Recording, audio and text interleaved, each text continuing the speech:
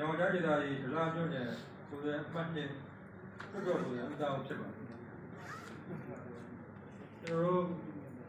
တတိယအကြိမ်ရောင်တိုင်းဒေသကြီးတော်တော်ဒုတိယပုံမှန်အစည်းအဝေးကာလအတွင်းမှာရောင်တိုင်းဒေသကြီးတော်တော်ဥက္ကဋ္ဌမှတစ်ဆင့်ကျွန်တော်မေးခွန်းပြင်ပြခဲ့ပါတယ်။၎င်းမေးခွန်းကတော့ကျွန်တော်ဒလာမြို့နယ်မှာရှိတဲ့ပြည်သူတွေကတောသုံးရည်ရှားပါးတဲ့ပြဿနာကိုရင်ဆိုင်ရဒီပါမဲ့တော့ရင်ဆိုင်ရဒါကြောင့်တောသုံးရည်ရရှိတဲ့ပတ်သက်ပြီးတော့မေးခွန်းမေးခဲ့ပါတယ်။ဒလာမြို့မှာရှိတဲ့24ရပ်ကွက်မှာပြည်သူအားလုံးရဲ့30ရာခိုင်နှုန်းကပဲတောက်ရည်တောင်ရရှိရည်သားရရှိပါတယ်။ဒါနဲ့ပတ်သက်ပြီးတော့ကျွန်တော်မေးခွန်းမေးမြန်းခဲ့ပါတယ်။ဒီကောင်မေးခွန်းကတော့2026-2020ခုနှစ်မှာမြို့ပေါ်နေအားလုံးတောက်သုံးရည်ရရှိရေးဆောင်ရွက်ပေးရန်အစီအစဉ်ရှိမရှိအစီအစဉ်ရှိပါကမြစ်တိအချိန်မြစ်တိအခါမှာဆောင်ရွက်ပေးပါမယ်ဆိုပြီးတော့မှ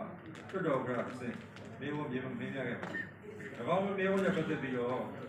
ရောင်တိုင်းဒေသကြီးအစိုးရအဖွဲ့စီမံရေးဝန်ကြီးမြို့မြောင်မှာပြန်လည်ဖြေကြားပါတယ်။ဖြေကြားရဲ့အဖြစ်ဆိုတော့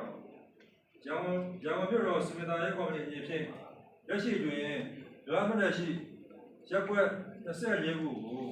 ဒလာမြို့နယ်မှာ9မိုင်กว่าရှိသောရန်ကုန်ပေါက်ရေပေးဝေးစခန်းရှိဝေစီတွင်24တွင်မှရေကိုနာတော်စနစ်ဖြင့်တပ်ဆင်ပြီးသောရေကာလ1.5 တန်းအား၎င်းရမ်းတော်မြို့နယ်သခင်မြပန်းချံတွင်ရှိရေစုကရေကာလ3.1 တန်းအား၎င်းမြန်မာကိုရီးယားချစ်ကြည်ဒလာပေါ်ရှိရေပိုက်မှတစ်ဆင့်၎င်းစုစုပေါင်းကာလ1.6 တန်းအားနေ့စဉ်ပြေးဝေလျက်ရှိပါတယ်။နှစ်ဒလာမြို့နယ်မြို့ပေါ်ရပ်ကွက်24ရပ်ကွက်တွင်မှရှိတဲ့လူဦးရေမှာ1,26,469အတွက်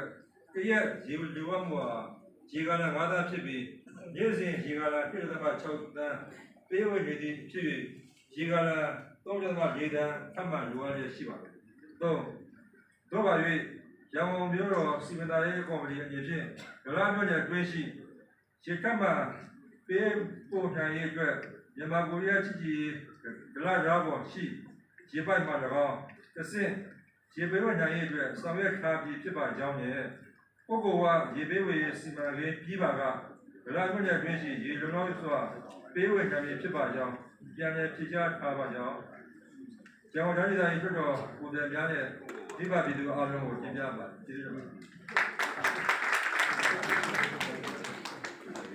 ။ဂုံမြို့တိတာမိုင်းမြို့နယ်ကိုယ်စားလှယ်အမှတ်1ဦးစိုးယူဖတ်ကြားတင်ပြရင်ဖြစ်ပါတယ်ရှင်။